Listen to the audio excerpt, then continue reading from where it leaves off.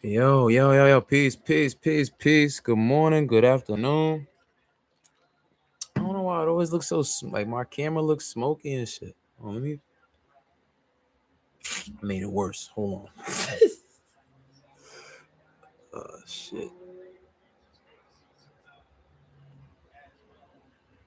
Hey, here we go. Here we go. I didn't mean to show the nips off. It's just my I ain't gonna lie, my room dumb hot, bro. And I don't like having the AC on. Like some people, they need that central air all day and night. I don't like that shit because I be sweating, bro. I'll literally sweat for 10 hours straight. You know what I'm saying? And I gotta replenish that. So that's why like I don't like being super hot, but also can't always be cold either. Well, welcome to the page. It's your boy Abe, Pivotal Progress. This is the episode. This is the series of mindful movement. Just showing you guys some of the things that athletes go through, deal with. And this is more so about off-season things. You already know I got the Walk With Me to Pub with my boys. That's the sports pub. We coming back in a couple weeks. I'm excited. I'm hyped. Can't wait. But in the meantime, this is where you can tap in with your boy. Feel me? But hey man, today's topic is also about Klay Thompson going to the Miami Heat. A lot of people wanted to write Klay Thompson off when he went to Dallas, saying that, oh yeah, it's over. Once you leave the dynasty of Golden State, it's over. I won't necessarily say Dallas worked out, but I will definitely say that you saw that this is not the same Klay of old. You know what I'm saying? And I'm not saying that to discredit my boy. I'm saying that to say that it's okay. This version of Klay Thompson that I expect in Miami is this is my assumption and personal opinion. I think this is gonna be the best version of Klay we get to see. And I do have a couple videos I wanted to show you guys. Like I said, this is more about NBA reactions, just showing you guys the mindful movement. But wanted to start off. Shout out to Draymond Green because I'm using his show. Truthfully, shout out to Draymond Green show. He talks about it. He talks about how he doesn't want people to set Klay up for failure, thinking that he's going there to be 2016 Klay, aka 37 points, 3 dribbles Klay. Hey, it's not far fetched, but I just want you guys to listen to him. I'm gonna chime in as well. Like I said, this is more so to show people the mindful movement. I'm gonna show you 2 vids. Then we're gonna go into Klay Thompson's introductory press conference for the Miami Heat. And yeah, man, let's talk about it. Let's break it down. Welcome. I'm not in a rush. I don't want to just like jump. I hate when I just up and jump start the show. I'm trying to get into that habit of allowing, a couple minutes to go by. It says so far on this live, I'm at 3 minutes. Cool. I don't even care about the time. It's not about the time. It's about making sure I do what I came here to do. You feel me? Yeah, man.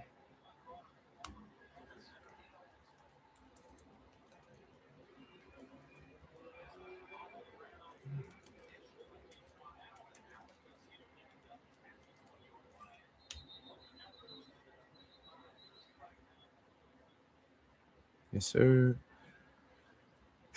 Yes, sir. So I did prepare a little speech. Let me get to it.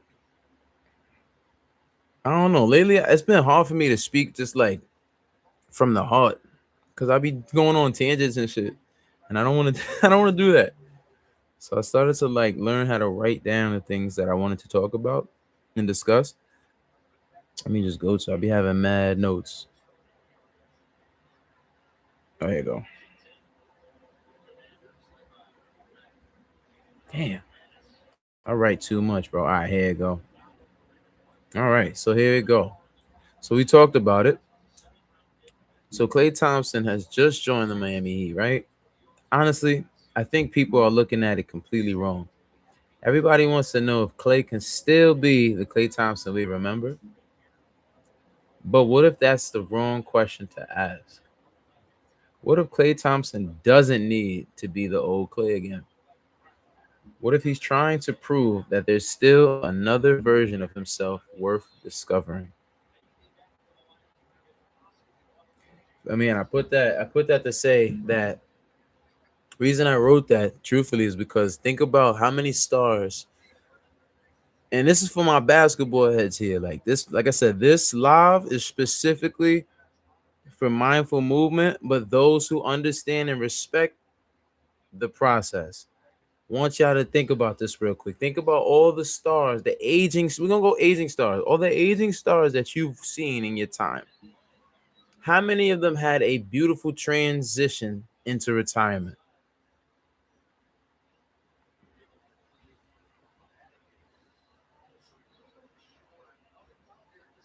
The reason why I went ghost just now and cricket is because I wanted to give people time to truly think about that.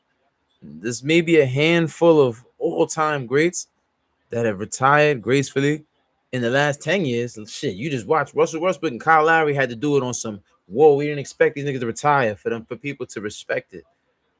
Chris Paul, look, he wanted a farewell tour. You can't tell me he did it, but they played that nigga. And but anyway, like I'm saying, when you go to certain different teams and you're an aging star, I mean, it is time for reinvention, but it doesn't necessarily mean that you're washed or you're old or you're beat down. Doesn't always mean that. Prime example, the number one person that we're going to talk about that with Klay is Ray Allen. Bro, Ray Allen had 3 careers in one. He had 3 careers in one. But we're going to get to the nitty gritty. We're going to talk about that in a little bit. But let's get this show on the road.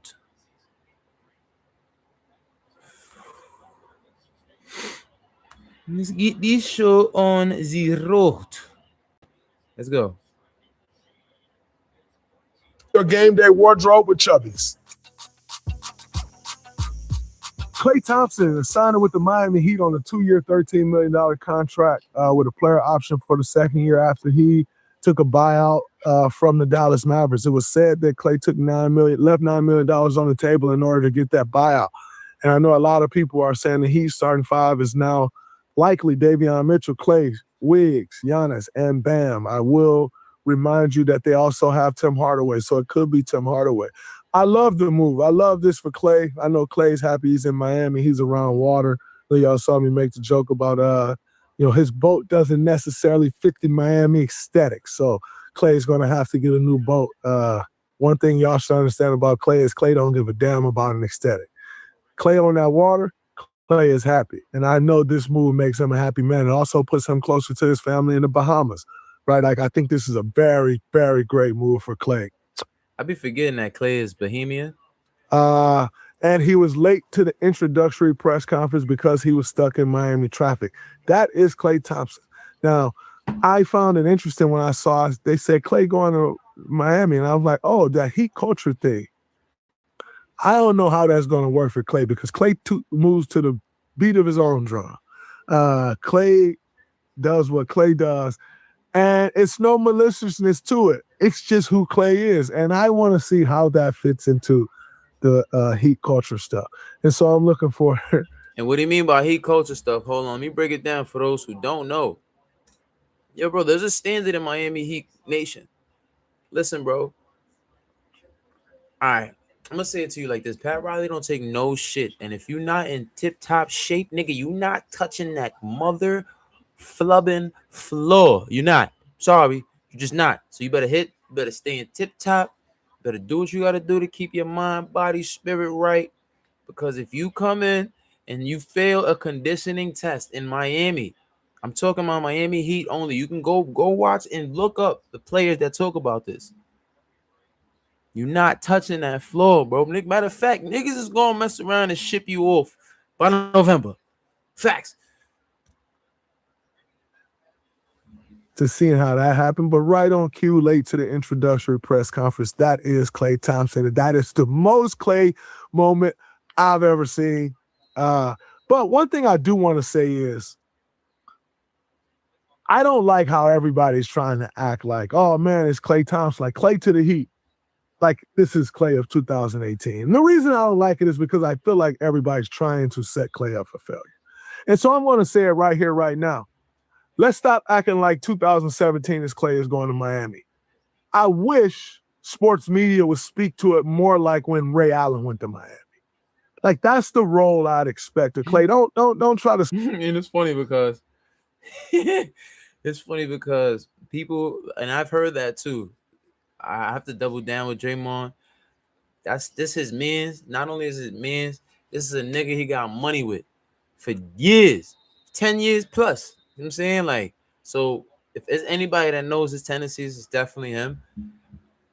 Listen, bro, Klay does not have to be Golden State Klay. He does not have to be a splash, bro. You feel me? Like, I'm not saying he can't light it up, but what I'm saying is with Golden State, he was a part of the Splash Brothers. It wasn't Steph Curry by himself. Splash Brothers. It was Splash Brothers. Let me say it again. Splash Brothers. It wasn't Splash Bro and Klay. It was Splash Brothers. So a lot of people like to run with this narrative like Steph Curry was always the standalone 3-point shooter of the team. He wasn't, bro. It was actually for a long period of time. People were like, nah, I think Klay a better shooter than Steph.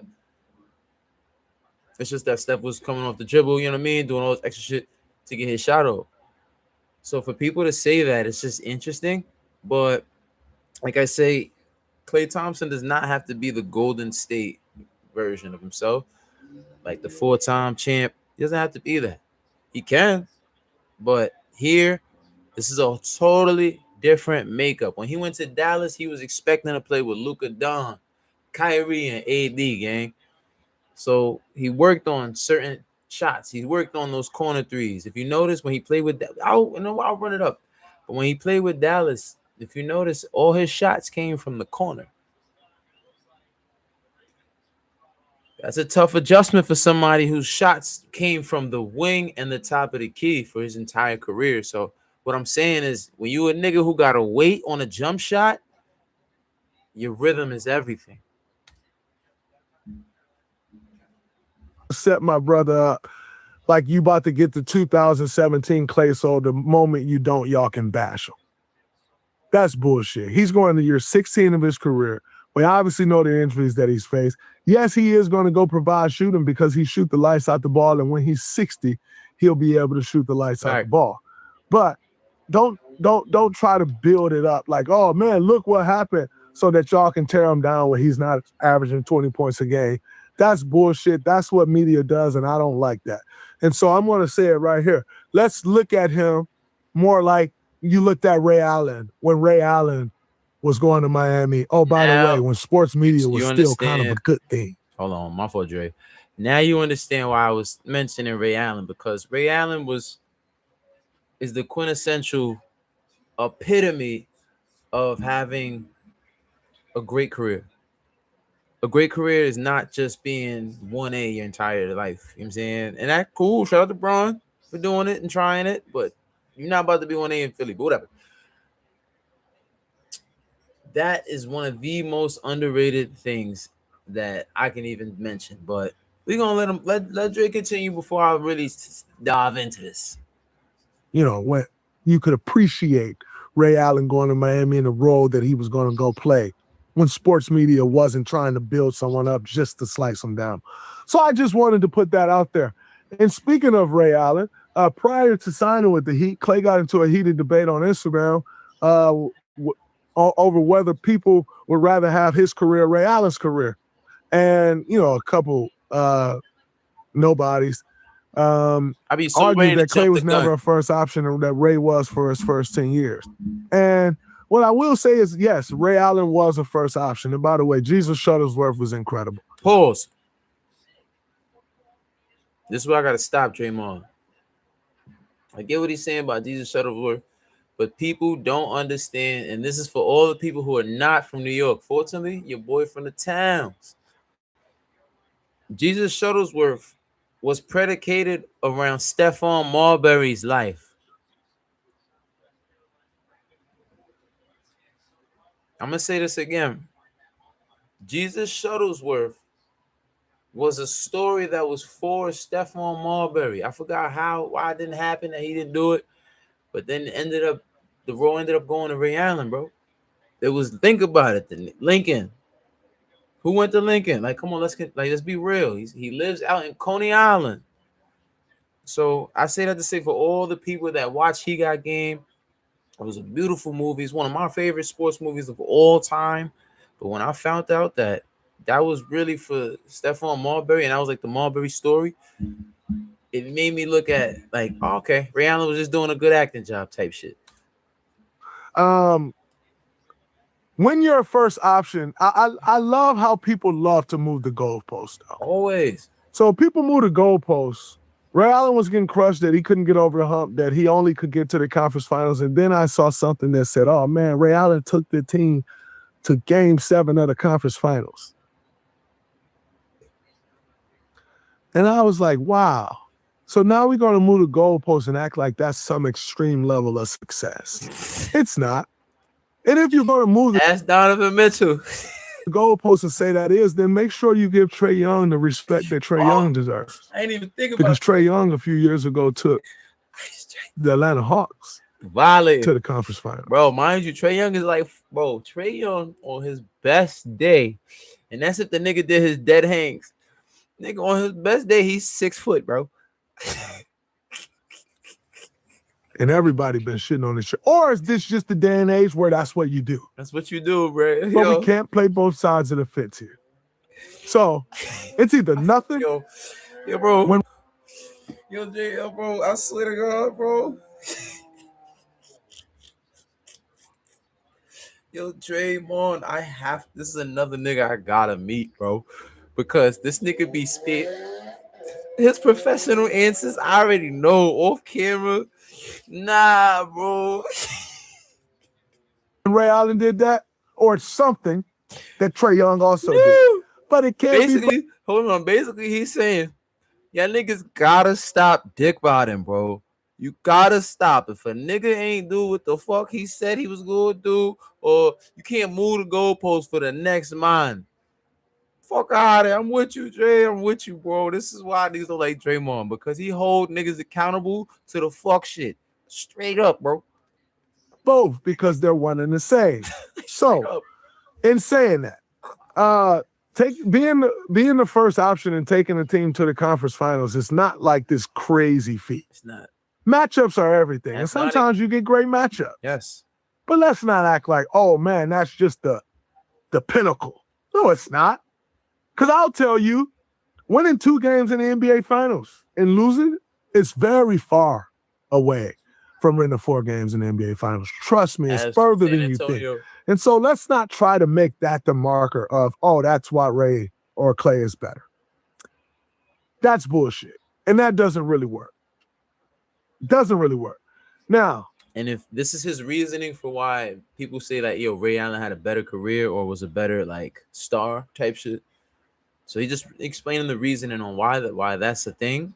And I agree 1,000% with Draymond, bro. I'm not like, bro, 10 years from now, niggas ain't gonna remember, yo, Donovan Mitchell got the Cavaliers to this conference finals, but got swept by the Knicks. So when I agree 100%, bro, that shit don't matter, gang. Klay responded, holy shit, I led the 2016 playoffs in point score, you casuals.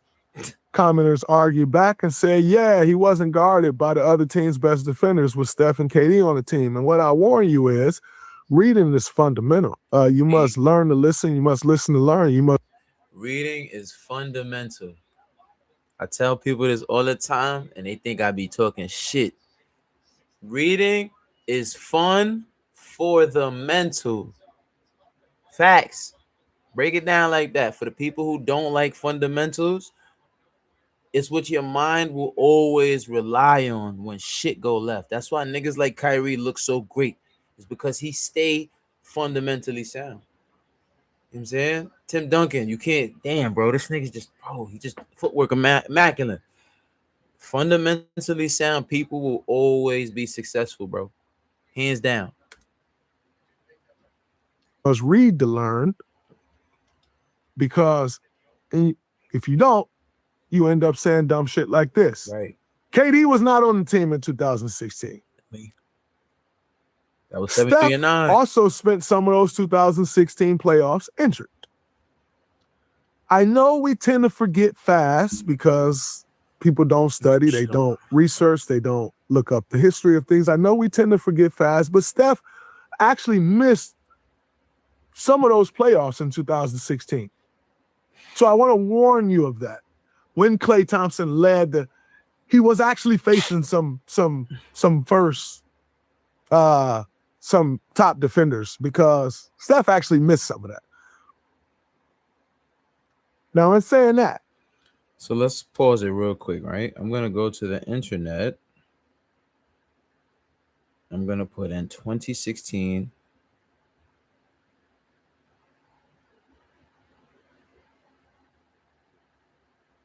Klay Thompson playoff run or playoff stats.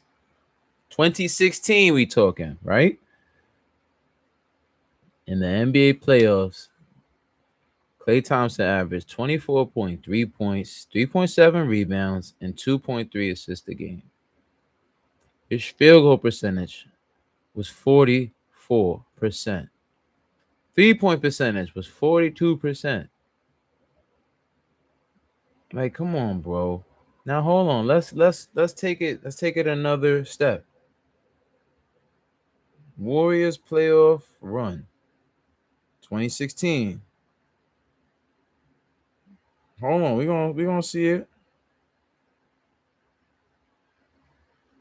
We're gonna see it. 2016, we talking, right? All right. Right? In the Western Conference, right? Round one. The Warriors played. What did they play?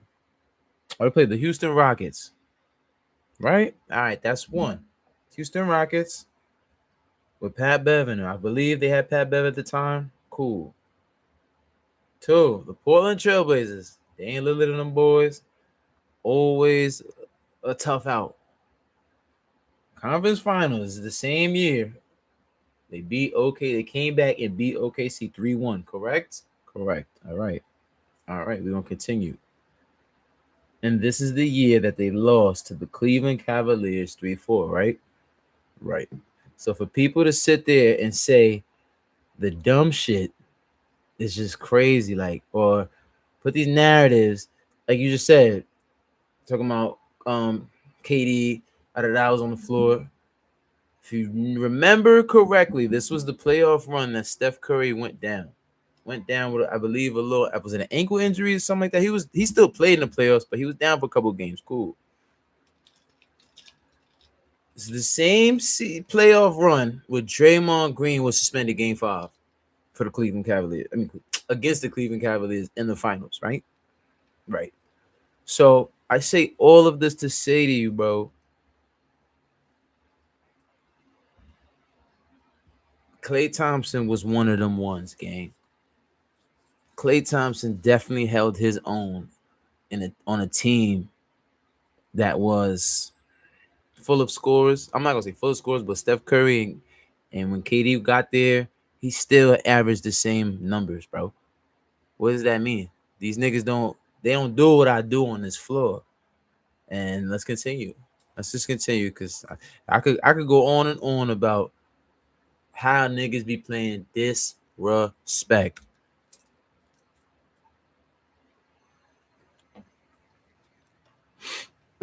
everyone tends to try to make Klay the guy Klay was after the injuries. Right. I won't go for that. Hold on. Matter of fact, real quick, before Dre, my bad, gang. Listen. I want to know how many of y'all niggas could come back from a torn ACL. Shout out to my boy Kev. Come back from a torn ACL and a ruptured Achilles in the same leg.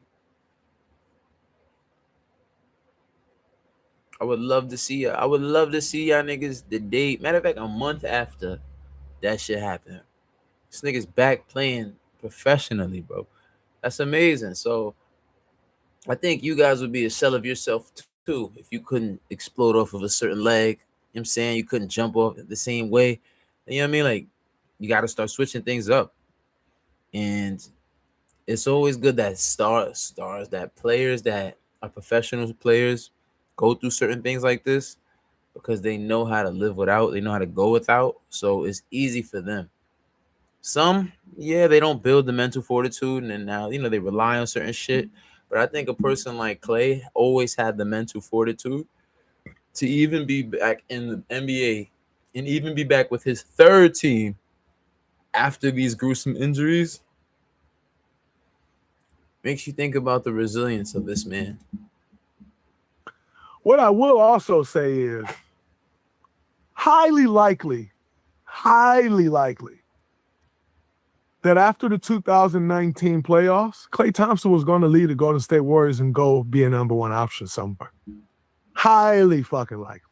Then he got hurt, and so he stayed. But one thing I can assure you. Why did he get hurt? I'm going to tell you why he got hurt. Hold on, Drake. The nigga got hurt because when you have so many superstars on a team, you had this is what KD was did 2019 when he got hurt. Steph Curry, KD, Klay, Draymond, Iguodala. Who else is on that team?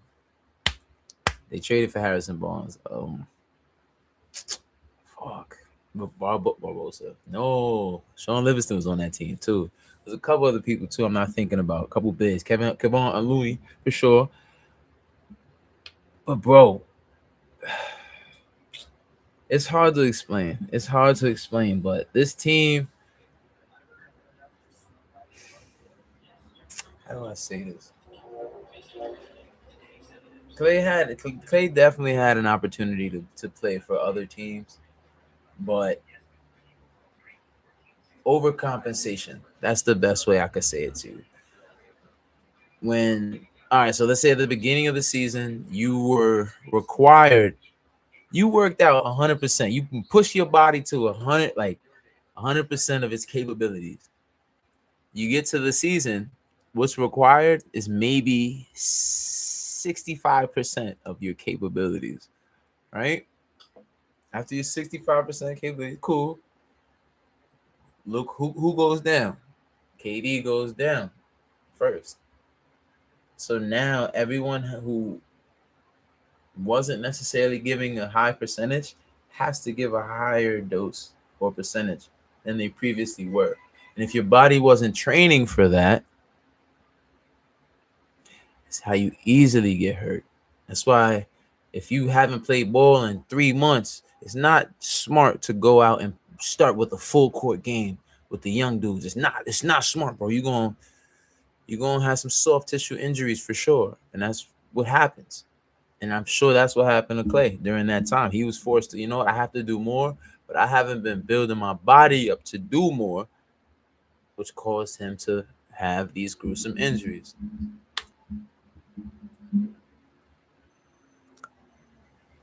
There was a 90% chance my brother was going to leave Golden State and go elsewhere and test that number one option thing out.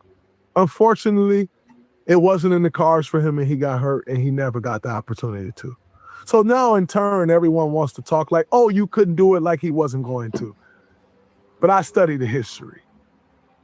I do the research. And I am going to appreciate and watch and know the Klay Thompson of 2017, 18, 19, he was capable. He just never got the opportunity to do the contractual obligations. And once he fulfilled this contractual obligation, he then faced an ACL and Achilles in back-to-back years and missed 2.5 years of basketball. The funny part about saying Klay Thompson couldn't be a number one option is this. Reggie Miller was a number one option.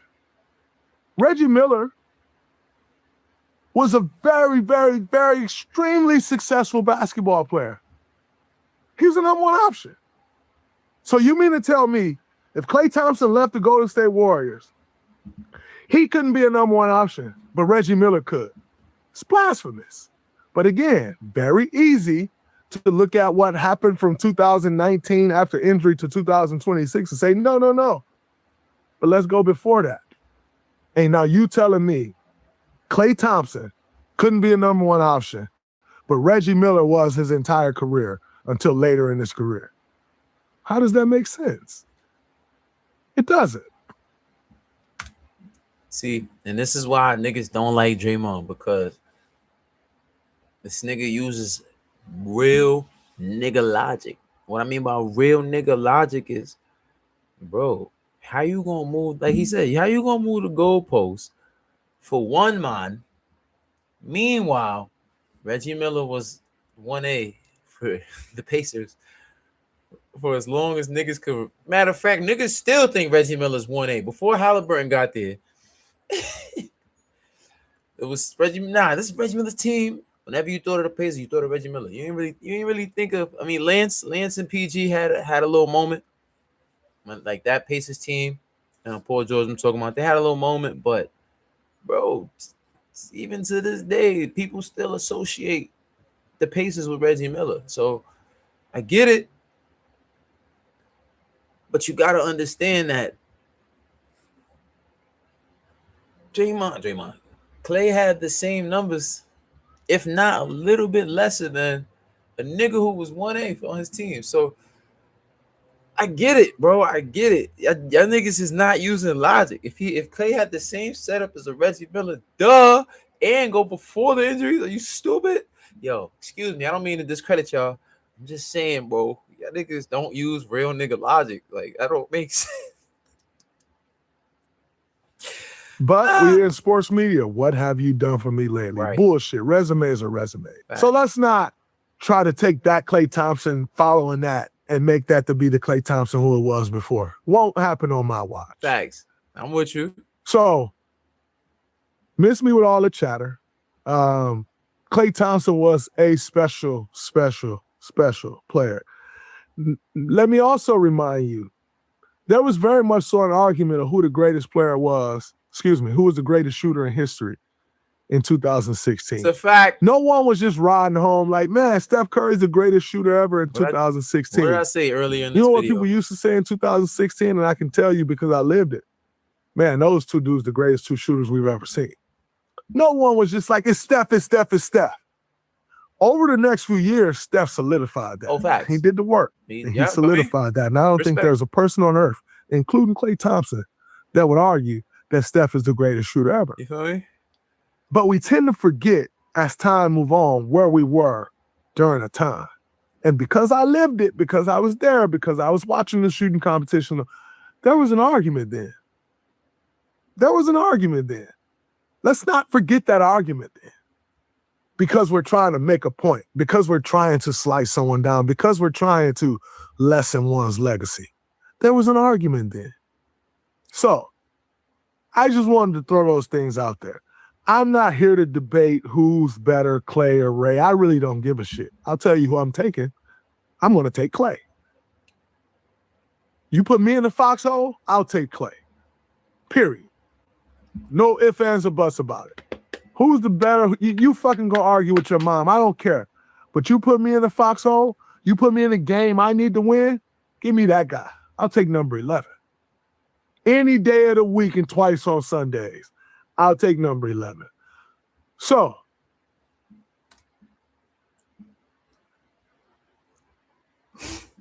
I don't know, Jay. I don't know, bro. I'm just saying, bro, like, that nigga Ray Allen saved LeBron's career.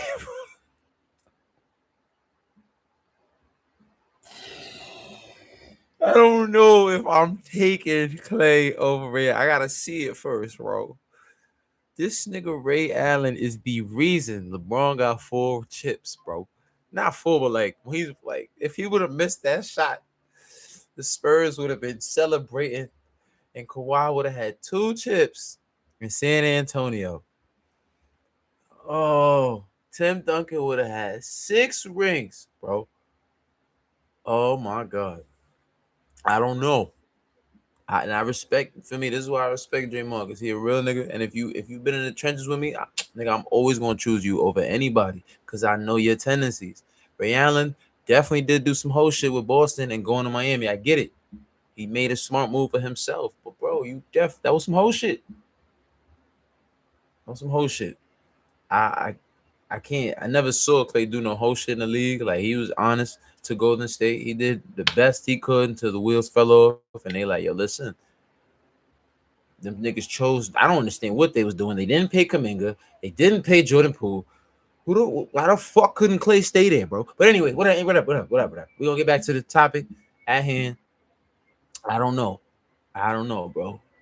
Ray Allen literally saved that nigga LeBron's career, and I say that specifically. I'm a LeBron fan, but I'm a LeBron realist too, my nigga.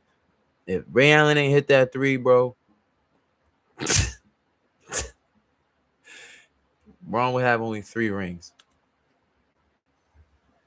With that being said, y'all can have the argument. It's irrelevant anyway. But what we're not going to do is act like Klay Thompson wasn't who Klay Thompson is. And who would Klay Thompson was. We're not going to do that. You know what I'm saying? Not to satisfy an argument. Too much work put in for me to just watch that. That ain't happening. Also around the NBA, I saw... mind you, hold on. We only did 10 minutes. I only did 10 minutes of this. I ain't even going to show the other day that T-Mac and Vince Carter, they were speaking about what's more, a regular season MVP or a championship. And I wanted to say something that was mentioned on there, which is T-Mac saying, oh man, well, if you're the 11th to 12th best player on the championship, it's the MVP. Of course. No one's arguing that. Of course that. And I think that was a nuance used to make a point valid.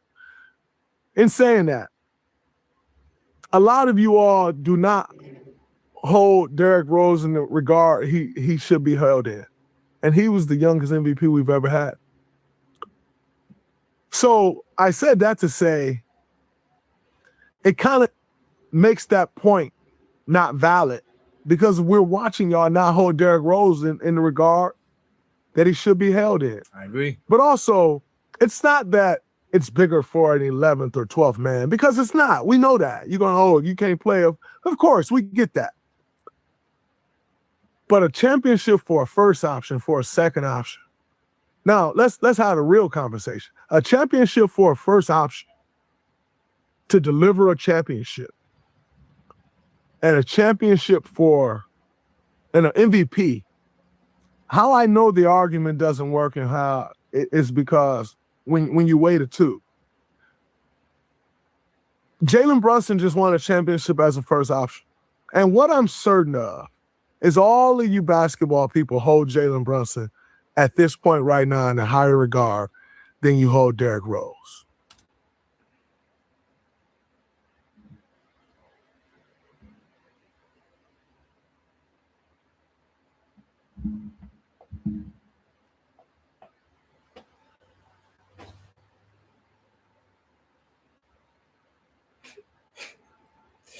Listen, J-Mo, you my man's $100,000, bro. And when I meet you, I'm gonna tell you that, bro. I fuck with you. Fuck with everything you stood for in the league. Michigan State, nigga, you second round draft. I get it. But my man's, I'm picking Brunson over D Rose all day, nigga. You stupid? This nigga brought the Knicks a chip. If D Rose would have brought Chicago a ring, then maybe we would have a conversation. But he didn't. This man did. And I've been rocking with Jalen Brunson. Listen, I'm not a Knicks fan. I'm going to say this again to y'all niggas. I've been rocking with Jalen Brunson since Villanova days, bro. Before Knicks even knew this nigga's name, bro. So that's why I go to bats for a nigga like Brunson. That nigga worked his ass off to get everything he got right now. So, of course, I'm going to give Jalen Brunson the respect that he deserves. You know why? Because a nigga like Derrick Rose was first round draft pick, gang. He was supposed to do the shit that he was supposed to do. And what I mean by that is when you are the number one option and you are the first or second pick of the draft, there's a level of expectations that you can't spin past. You can't, for me, this is what you got to do. Cooper Flag has to be able to bring Dallas back to championship contention. Well, that shit is a failure. Come on, bro. Let's talk. Niggas really want to have the basketball conversations. This is what we do. This is why I say mindful movement. Basketball is a lot more mental than it ever is physical. And if you don't play chess, you better go start studying right now. Shout out to Brunson. Now, that's not the regard that I hold Derrick Rose in. I hold Derrick Rose at a very high regard. We all do. But I watch you people saying Derrick Rose isn't even a Hall of Famer, which I think is I didn't know he was going this far, bro. That's disrespect. Nah, I ain't saying D Rose not no Hall of Fame. Y'all niggas is bugging. He a Hall of Famer. Blasphemous. I think it's actually blasphemous That's that crazy. people think I ain't say that. Derrick Rose isn't a Hall of Famer. I think it's a fucking joke. I ain't mean that, bro. But these people who know basketball happen to think otherwise. So in saying that, Nah. when you- Listen, I will go toe to toe with any nigga that think he know basketball for real. Don't talk about hypothetical shit. I'm talking about let's put it on the floor, or let's talk about strategizing to win. This is what I do. I ain't gonna lie. Shout out to my son D Love. That's my bro. He the coach. He's always been the coach type of mind. I'm the developer, bro, and I'm gonna keep it a buck with y'all. you make the argument, if you're going to make the argument and that's going to be the discussion, then make it a real discussion. Like, is a championship for a number one option as big as winning the regular season MVP? That's the actual argument. Not, is it 11 or 12 man with a chance? That's not the argument. And no one's trying to argue. That's corny. That's bullshit. That's a corny argument. A first option? A la Jalen Brunson or MVP? I would love to know Dirk, who won one championship and one MVP. I would love to know which one he loves most. Which one gave him the higher sense of accomplishment? One thing's for certain. I know people talk about Dirk's championship in 2011 far more than they talk about Dirk's MVP in 07. But nah, see, you can't do that, Jay. Yeah, bro, this is what you can't. This is why I say you can't do that. You can't do that because look who he beat. That's why it's more important, or people notice that, is because the Dallas Mavericks beat Miami Heat. And at this time, let's play, since niggas want to talk basketball, right? Let's talk basketball. That Miami Heat team was the most incomplete team. The second year they completed out the roster, but that first year was an incomplete roster. They made it to the finals off of talent and off of like, all right, I got high IQ, we got high IQ, we're gonna figure things out. But then you came across a team that had, not only did they have high IQ, they have vets. Not only did they have the right vets, they had some of the smartest players to ever play the game.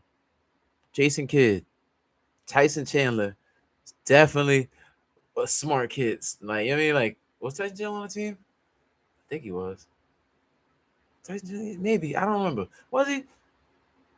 Well, I feel like Tyson Chandler was on that team, bro. I don't think he was. But anyways, there's many other people that I can mention that was on that Mavericks team. But I don't know, bro. That's interesting to hear. But I really do think it's more so the fact of who they beat as opposed to them being happy for such teams. Like now, a lot of people were happy that the Knicks won for the simple fact they didn't want to see a nigga like young Wemby get a chip yet. You know what I mean? Like, it wasn't even about liking the Knicks. They just, this nigga, nah, if he get a chip now, he gonna be smelling himself. So it's like, it's kind of like that type shit. But that's interesting.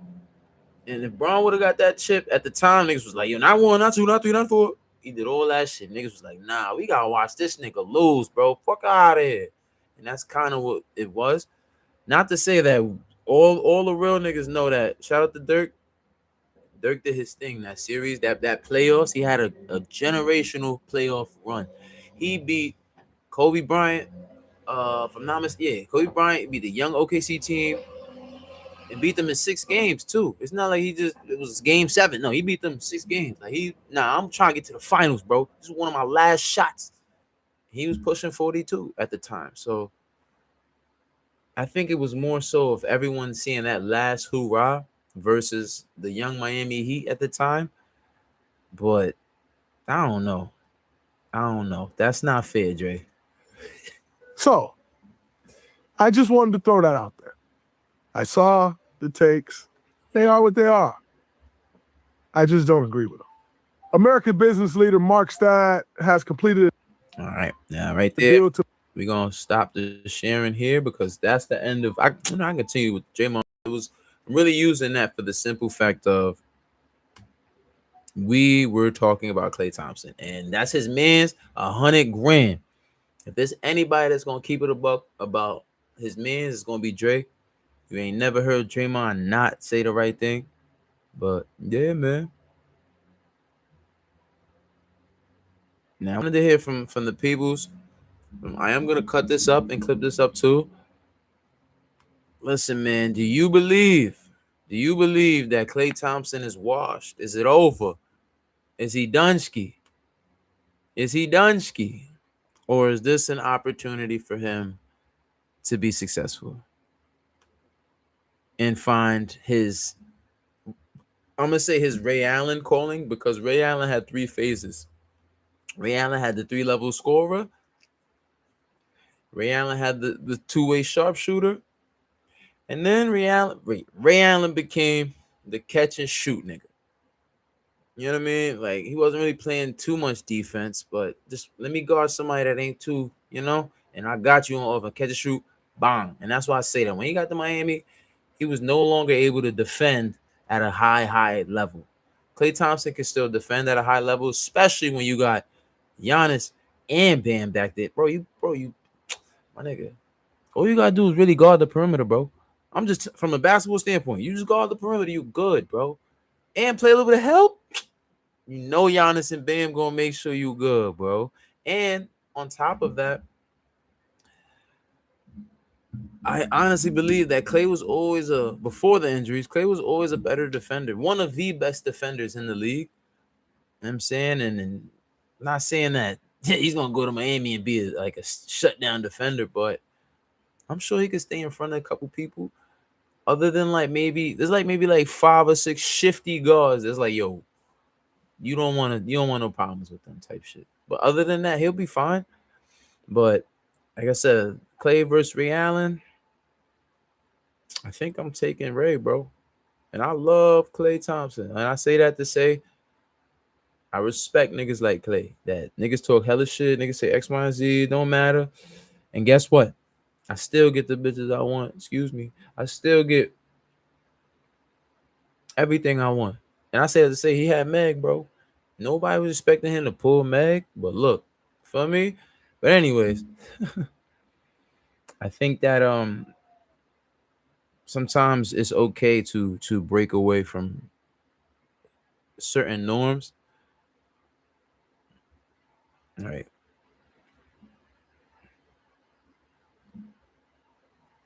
I have one more vid. This is gonna be, like I said, this one is be a little bit longer than the others. And like I said, man, if you don't want to tap in, that's fine. But if you do tap in, welcome to Pivotal Progress, Mindful Movement, where we talk about the things that are off the court worthy to talk about. This isn't really about like a basketball conversation. We are talking about basketball players, but this is more so talking about more of the mental state behind some of the things that they do, that we talk about as players and as fans too. I'm listen, bro. I ain't make it to the NBA, and I'm kind of glad I didn't. I wouldn't have this mind that I have right now. I wouldn't have wanted to develop the way that I've developed on my own, because I got, like many other people, you get the whole running around with the colleges and the politics and all that dumb shit. And what happens is that shit usurps your energy. Usurps your energy. That's not the word I meant to say, but that that shit takes your energy and makes you like fall out of love with something that you enjoyed your entire life. Shit happened to me, and I was about 24, 23, 24. And I called it. Instead of trying to continue to find lanes to hoops, I was like, you know what? I don't want to deal with it. And that's on me. No one else. Because I got to certain levels. I got to certain levels on my own. I didn't have no ESPN, Cloud Chase. I didn't have no camps. I didn't have none of that shit. And I still was in the same rooms as a lot of the people that you look up to now, But like last night I was watching the Russell Westbrook Passion play. That's it's called Passion Passion Project play or something like that. And he was talking about, I didn't know that. I knew it, but I didn't know that before Russell Westbrook was in UCLA, bro, he was a walk-on in UCLA. He was a walk-on. But then eventually was the number 4th overall pick. So what that tell you? Hold up. We're gonna get to I just want to get to one more point. I could have started with it, but it don't matter. Huh? Oh, I'm bugging. Yo, hold on. Let me show y'all. They gotta AI gotta chill. I'm gonna show y'all some shit because I almost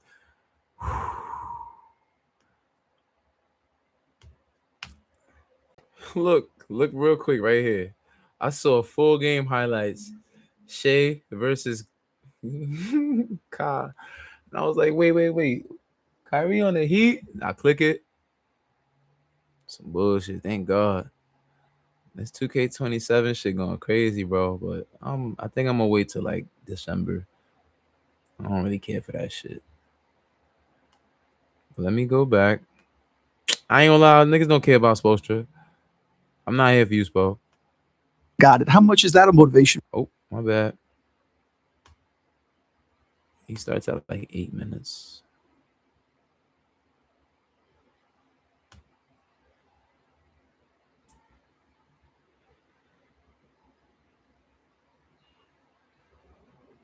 Generating more quality shots for yourself.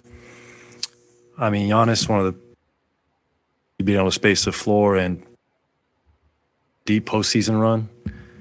Oh, we right here. Facts. It seems you made a significant sacrifice, buyout-wise, contract-wise, to be here. What made you, at this stage of your career, put aside maybe the financial to a degree? Let me give you a little back. I'm sorry. I be doing that a lot.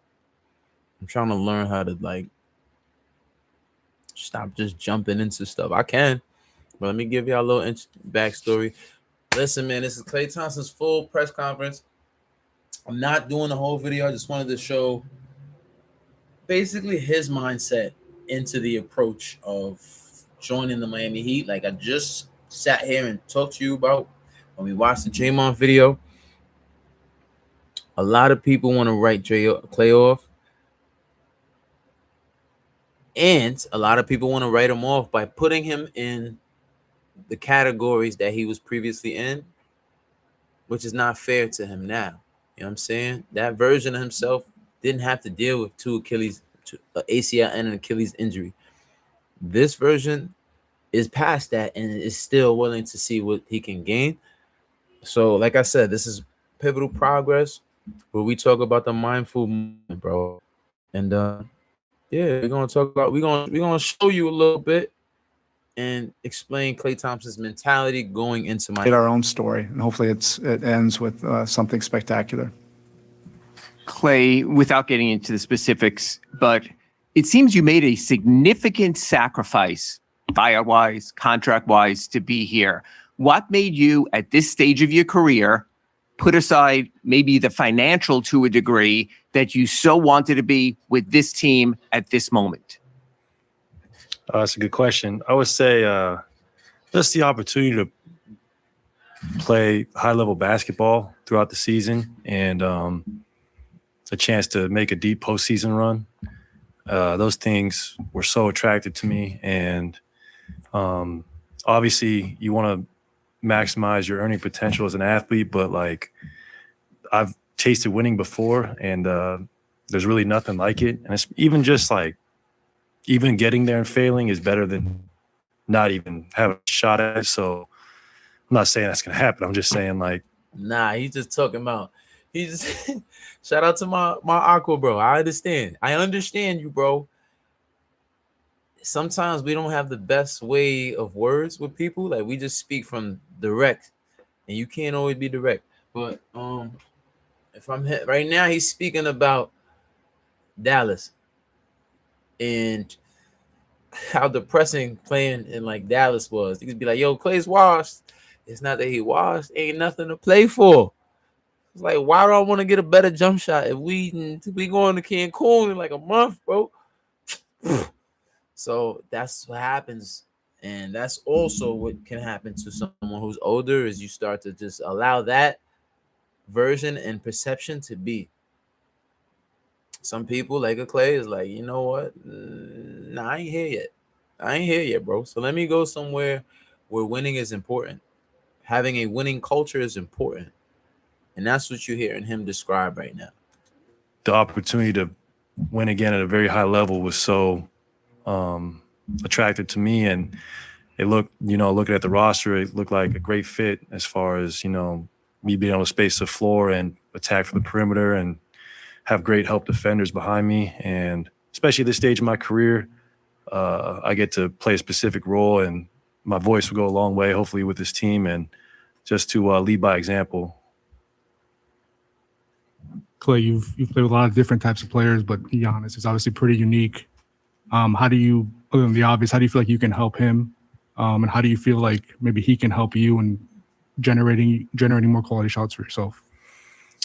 I mean, Giannis, one of the best players of all time, and two-time MVP, obviously. He is a special talent, and great respect for him and what he's been able to accomplish and how he's gotten better every season. I think we can both just help each other, not just him, but we can help the whole team. I mean, just freeing him up for lanes to drive, for space to operate. And for myself, I'm going to get so many great looks playing off him and Bam and Wiggs and the rest of the guys, because they create so much pressure going to the basket. And it's going to be fun just figuring out how we all fit together, what actions work well, and we can all screen for each other. It's going to be great. And we're all very versatile on both sides of the floor, being able to guard 1 through 5, being able to lead the fast break. So it's almost like limitless what we can do. And I can't wait to, get the whole squad together and see what works well and define our roles. It's really, really exciting. And it's like coming in this building just gave me a whole new jolt of energy to, be myself again. Yeah.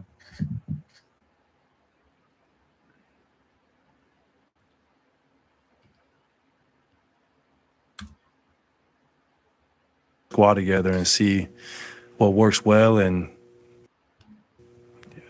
define our roles. It's really, really exciting. And it's like coming in this building just gave me a whole new jolt of energy to, be myself again. Yeah.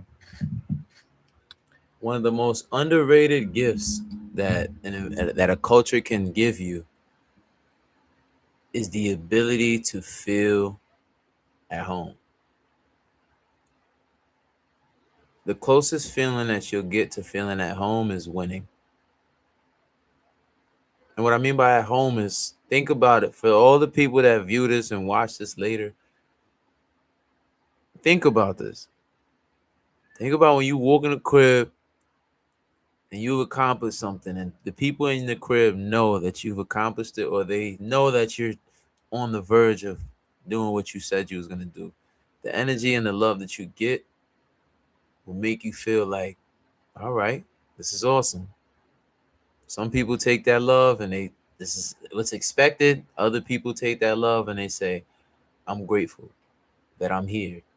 And that's what I hear from Klay when he's talking right now. Like, he's grateful. You know what I mean? Like, damn, I don't gotta do X, Y, and Z. I don't have to be in Dallas struggling to win 10 games. But I don't want to be there, bro. I want to be somewhere where niggas want to win. And not only is it just about winning, it's about competing, bro. One thing as a man that I've learned is that we need proper competition, not toxic competition. And what toxic competition is, who getting more likes, who's getting more chicks. Like, you know what I mean? Like, getting more chicks don't mean nothing.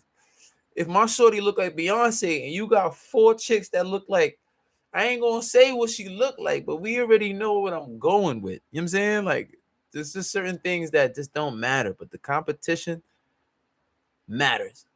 You know what I'm saying? And I like that.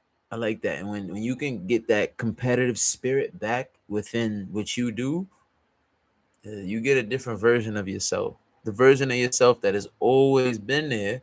It's just when you around when you around niggas who tuck in their tail, you can't always walk around for me flexing your chest because these niggas is soft, bro. So if you might say something and they, oh my gosh, why did you say that? I'm hurt. I'm mentally fractured now. Like, you mean? So it's good to be around people that are like-minded too, you know? Klay, kind of working off that, you mentioned be yourself again right over here on this. Giannis talked about it a bit when he was introduced about still even at his stature and career he's had and winning and stats to show more, to show you still got it. How much is that a motivation for you as you get older and you've done all these things to show, hey, I could still be a quality player, productive player on a winning team? Oh, it's a huge motivator. I mean, Giannis has tasted winning before, just like I have, just like Bobby, Wiggs.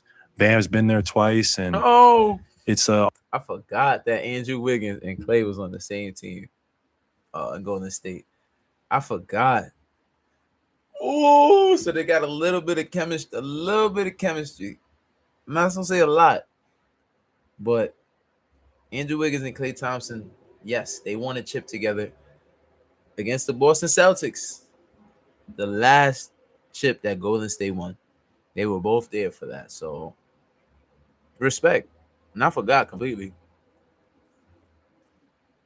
all you really want. You know, it's the standard. Once you get there, it's like you'll do anything to go back. And as us athletes, we will always have a chip on our shoulder. We always remember, you know, what motivates us, what gets us to tick. And I still feel like I have a lot to prove, even in year 14, whatever it is. And I still feel like I can prove that by being on a winning team. And that's all you could ask for is the opportunity. So for myself and this upcoming season, it's kind of a redemption season for me to show I can still make an impact on winning and do it consistently. And I just can't really wait to get to work. It's pretty surreal being here, but what an honor it is. Okay. Thanks, Coach. Yes, sir. I got you. Yo, Spo, like, listen, bro, I gotta get these rotations in line. I'm gonna see you, baby. I got you. Klay, since you missed the time with the significant injuries that you had, you've actually been durable. You've averaged more than 70 games a year over the past 4 years. Where do you think you are physically right now compared to where you were, say, 3 or 4 years ago? I still think I can do it at a high level. Like you said, the durability for me has been a huge plus. You know, that's one thing that might have been in question when I came back from all that time I had off. But for me, those injuries are back in the past, and I don't even think about them anymore. It's nice to be able to just walk on the floor and play free-minded. And then on top of that, you know, we were talking about a conditioning test last night, so I'm happy I got 5 weeks to really prepare for. See what I'm saying? You see what I was talking about? You see what I was talking about? We go early. When me and Draymond, when Draymond was talking about it, right? I don't know about that Miami culture, how Klay going whoop whoop whoop whoop. And here he go talking about it. Talking about, you know, your mans, bro. Like, nigga said I got 5 weeks.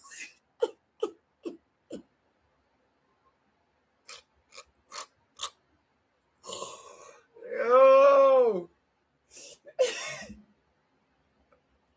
Hold on, let me run that back, bro. The way he said that, you already know this nigga is not in shape right now. Are back in the past, and I don't even think about them anymore. It's nice to be able to just walk on the floor and play free-minded.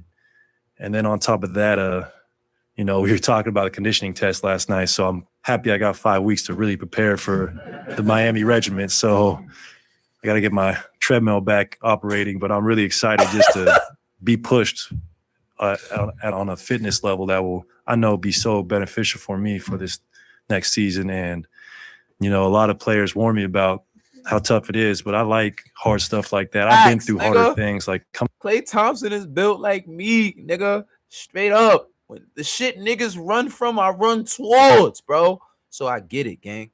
coming back from those injuries was harder than any I get it. conditioning drill or game I had to play in. So in a weird way, like those injuries prepared me for like just uncomfortable feelings and just tough times. So now I take it head on and I embrace them.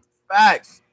I ain't scared of shit. Klay, welcome to Miami. You land yesterday, and you said you want to get a hold of your teammates. Who called you first? Who have you talked to? And what did they say to you as you get ready to be part of this franchise? Well, Andrew was the first one who talked to me because I think he's the only one who had my cell phone number. So it was good to talk to Wiggs. We had a great history together. Winning a championship together was really awesome. And he made my job so easy when I was with him because he's such a great defender. I could take, didn't have to take the toughest assignment every night like I used to. And he really made my life easy. Bam just reached out to me. D. Mitch, I contacted him a little bit. Haven't talked to Giannis, but I think he's over in Greece. So it's tough. But like for us NBA guys, it's like I see you. We get a few months off and you see each other. It's like you don't miss a beat. That's So a fact. And the reason I gotta pause it right now, because backstory. Shout out to Welcome Me to Pod. Listen, bro, this is just one sector of Welcome Me to Pod. Welcome Me to Pod is 3 members, bro. It's 3 hosts. Myself, Daryl, aka Tyler God, and my son Jay. Right now, once the last season ended, we all felt the same. We like, yo, bro, I love y'all. I got nothing but love for y'all, but bro, I just want to. So from Welcome Me to Pod, we took the last 2 months off, and I get it. I haven't seen my boys. I've probably seen Jarvis once or twice this summer. Same with Daryl. You know what I mean? But that doesn't mean the love not there. It doesn't mean that we're not building and growing and doing things that we have to do. This is the things that I was speaking and mentioning other people about. Like, this is how you could tell if you got a good team or a solid team. Is maybe there's a time we work, we build, we do. And then you may need a couple months off or a week or 2 off from nobody's chopping it up. So when he said, oh, I haven't really spoke to Giannis, it's not personal. It wasn't personal. It's nothing like that. Right now, Giannis is over here in Greece dealing with FIBA tournaments, X, Y, and Z. Same thing for me. I'm saying I'm doing X, Y, and Z. I'm working in Jersey. I'm doing X, Y, and Z now. I'm training, doing all this other stuff. I'm not always around right now. But once the season come back, you already know the podcast going to be here. You already know JD going to be here. You already know Ty going to be right there. We're going to be locked the fuck in, bro. So when he said that, a lot of people would try to find, oh, wow, Klay and Giannis haven't spoke yet? Oh, my gosh, the media. And that's what the media do. That's what bitch-ass media do. But the real niggas understand, bro. I'm going to see you when I see you, bro. Like, welcome to the team. This ain't even my team, bro. Like, I just got here, too. That's Bam's job. Like he just said, Bam spoke, you know what I'm saying? But that's Bam's job to reach out to him and make him feel cultivated and welcomed. Not to say that Giannis won't do that too, but Giannis just got here as well. You know what I mean? So don't read too much into that. there's mutual respect there, and we know how time-consuming the season is. So, we might get away from each other a little bit for a month or 2, but in a couple of weeks we'll be at it again. And I actually saw is it Pele and I say his name right? Yes. Pele. I saw Pele in Spain, and at the NBA Players Association Sanctuary, and to see his work ethic. I didn't know I was going to be his teammate, but I was really impressed with how much time he spent in the gym every day. And I was like, that does seem like a Miami guy. So I was very encouraged by his work ethic, and I might have to go to Miami. Yo, Jay, what's up, nigga? Well, yo, Jay, what's up, nigga? We out, bro. Everybody says this. They be like, yo, bro, me personally, they be like, whenever I speak to people and they see like my lifestyle, they be like, yo, bro, you would do really well in like Miami or like California. And I always wonder, like, what you mean by that? And hearing him say that is just word. All niggas do out there is get right, work out, stay in shape, hit the gym. But that's not all I do, but it's preferred. If I could spend the day doing that, beautiful. know my new teammates, and it's really an awesome opportunity to make new friends and connections. Because it's hard being an NBA player. Career feels like it goes like that, but it's another opportunity to build something in a really great city. Klay, welcome to South Florida. How have you adjusted your game to adapt to aging and transitioning to a different role? And why do you think Coach Spo and the Heat were the best fit to maximize your abilities at this stage of your career? Well, as you get older, you got to train differently. Facts. And it might not be the same workload on the court as it used to be, but it's a lot of the work that comes from the weight room and the training table. Right. And the body maintenance that it requires to be effective at this stage in your career. So I still put the same amount of work in like I did 10 years ago. I just do it differently. I still get my shots up. The basketball part's easy. I love just playing ball. That's the OD. He right. This is for all my niggas. Hold on. For all my niggas in their 30s at age 31. You good. 32. You're good. 33. You're still good. I'm telling you this because I know from personal experience. 34. Now we got to start having conversations. At 34, you got to change the way you've been working out the last 2 years. Every 2 years, you want to change everything about the way you work out. And that's subjective. You can make it a year. You can make it 6 months. You can alternate. But what Klay is talking about is real shit. You can't work out the same way you was working out was at 26. He's 36 at 26. You can't work out the same way at 26. Bro, I'm going to tell you something about myself, right? I can still run the bleachers, but at 26, bro, I used to run the bleachers first thing in the morning, 10-minute burpees. And then, 7-minute burpees, and then go hit the bleachers for 10 minutes. You can't do shit like that in your 30s, bro, and expect to work and live and think. Yo, it's real. But what I'm saying is that, all right, you know what? I'm going to take the 7-minute burpees, copy. I'm going to take that.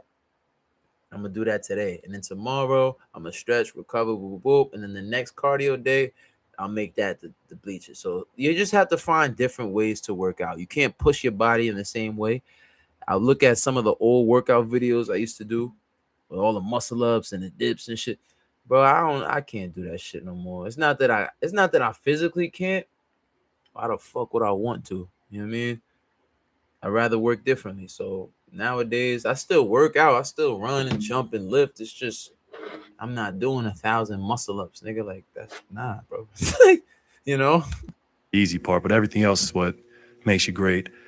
And with Coach Spo and his staff, I was just really attracted to the fact that they built such a well-rounded roster as far as having a great player like Giannis and everyone who compliments him. And I saw myself fit seamlessly because I can shoot the ball so well, and they're going to create so many good looks for me. And I know they get their guys. They're very demanding of their fitness, and that really got me intrigued to be here because it'll just help my game so much, just being in the best shape possible.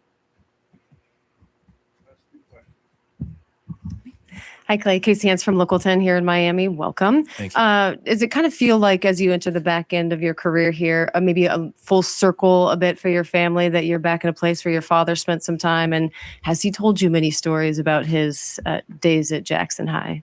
Oh, yeah. He's told me so much about the Jackson 5, back-to-back state champions. He still claims they're the best high school team in Florida history.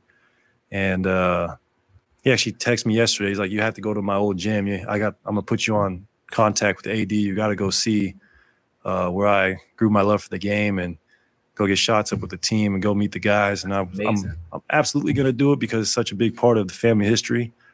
And then being so close to the Bahamas for the first time in my life is so special. I get to play in front of my cousins and my aunties, and I get to just have such a close connection. That's why when people hold on my fault, Klay. That's why when people be like, yo, Clay's not white. I mean, Clay's white. Nah, the nigga's not white. He's not even close to white. The reason why he has that complexion is because, all right, a lot of Trinidadians, Bahamians, Barbadians. There's not so many like dark Barbadians. That's kind of like, how do I explain it? It's a long thing. It's a historical thing, but they're, how do I explain it without sounding like super racist or like I know about culture. Put it to you like this. He's light skinned. Well, his pops is more light than the rest of his family. But at the same time, I have cousins that are his complexion. I'm from Honduras, you know what I mean? Like I have cousins that are literally his complexion. Legit. And then I have cousins that are twice as dark as me. Like, will put my darkness to shame type shit. So it's interesting. I'm not as dark as I used to be in my younger years. Like, I'm lightening out in New York, but I get it. You know what I'm saying? So when people be like, yo, he not black. Yeah, I'm bugging. This nigga's from the Bahamas, bro. Bohemians are mad chill. Mad chill. Family being in South Florida, it's so close to Nassau, so I'm really excited about that. And it feels just like a second home in a way. So I'm really just thrilled to be here. And then to be a part of a championship organization who's had some of the best moments in NBA history just is the cherry on top. Klay, you talked before about playing off Giannis. You play with so many guys that demand 2 or 3 defenders at a time, but I guess what makes Giannis's doubles and triples different than some of the guys you played with in the past, like Steph and some others? Well, I mean, they both have similar impact on the game. I think Giannis can be the 3rd MVP I've been able to play with now, which is really cool. Did he get to play with Luka? I don't remember. Oh yeah, he did. He got to play with Luka for like 3 months, bro. Nigga got to play with Luka for 3 months, and they traded him up out of there. He was like, yo, imagine that. Imagine you sign a deal. Matter of fact, let's take it here. I got some party mix right here, right? I signed a deal with Party Mix, right? And the reason I signed the deal with Party Mix is because I wanted to specifically work with tortilla chips. I signed with Utz Party Mix, right? In 3 months of working there, tortilla chips is no longer a part of the Utz Party Mix brand.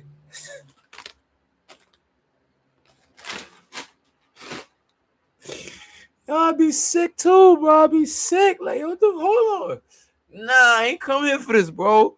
Now they asking me to fulfill the tortilla chips role. Nah, I ain't come here for that, bro. So I get it. I get why he was over the whole Dallas shit and mentally checked out. Because I didn't ask to play with these niggas. I ain't asked to play for a sub 500 team, bro. I came here. Y'all niggas was on the verge of getting a chip last year. So adding me, we would have been, for me, that team just was dismantled. Kyrie towards ACL, all type shit happened. And Dallas was a shit show. Before he could even get an opportunity to display the new version of Klay, that shit happened. Interior scoring is one of the best ever, and his jump shot is greatly improved. Now you can't sag off him like you used to. He will punish you, and he's just an incredible talent who has a great will to win. And I love being around guys like that who leave it out on the floor and who really care about their craft. And that's what attracted me too. It was just like, wow, I get to play with another MVP caliber player, and that's rare. So I don't take this role I have lightly, whatever it is. Like I'm not just happy to be here, but I'm just thrilled to have a defined role in this team to try and help guys with my experience and help guide the team through a roller coaster of a season, because it's never easy when you're trying to chase what we're trying to do. Thank you very much. Done with Okay. this portion of the day. Thank you, guys. Yes, sir. Start setting up outside on the court, All right, please. Klay, that's Klay, enough, if you my can- boy. That's enough. Respect. You know, Klay, I got nothing but love and respect for niggas like you, bro, because you battle tested. Not only you battle tested, something that I used to talk about a couple years ago, I'm about to start bringing back. proven winners. Klay Thompson, you a proven winner, my boy. And I don't know why niggas in this NBA be questioning proven winners. Niggas who never won shit are the people you should be questioning. Don't be questioning the people that won it 4 times already. The fuck? And that's why a lot of these NBA players don't like the media now, because the media don't. I get it. You got to tell a story. You got to tell a story. You got to sell a story. I get it. But can you at least tell a story that's close to the truth, my nigga? Like, damn, bro, y'all be capping about a lot of shit. And that's why it pushed me to really start making videos like this and stop holding my tongue. Because, bro, nobody stands up for the athlete no more. And it's kind of weird. Everybody wants to take a shot at the athlete. Everybody thinks they know an athlete. Everybody thinks they are still athletes. But they don't have the mind of an athlete, apparently, which is crazy to think about. So that's kind of why I started to make this little, it's not a little mini series, but it's more so of a series that is a sector of pivotal progress. You know what I mean? And like, we just talking about the mental standpoints of certain things that happen in the NBA, like being traded to a team. Can't say traded, being bought out by a team and signing with a team that actually is looking to win and looking to compete. Why you think Dallas let Klay go, bro? Like, that nigga ain't, come on, bro. He ain't signed up for this. Let him go, bro. Let me out. Let me out. Nigga Klay like, yo, let me out, bro. Let me out, Dallas. I can't, this ain't in me, bro. I can't be no loser ass nigga.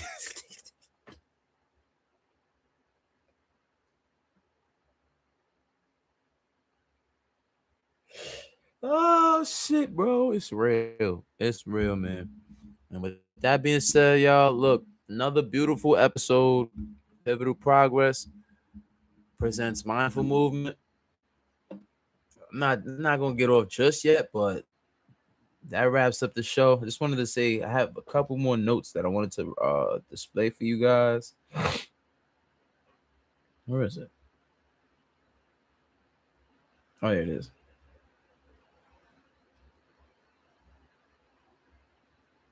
Damn, I wrote a lot. Sheesh. All right, so last thing I was gonna say about Klay Thompson. Watching Klay Thompson right now and thinking about your own situation, right? Maybe you don't move the way you used to move. Maybe your career doesn't look the way you thought it would. Maybe somebody has already decided that your best days are behind you. But here's the thing. They don't get to decide what your next chapter looks like. Remember that.